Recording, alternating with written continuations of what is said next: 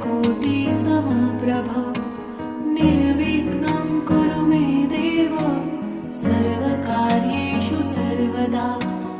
वक्रतुण्ड महाकाय सूर्यकोटिसमप्रभ निर्विघ्नं कुरु मे देव सर्वकार्येषु सर्वदा।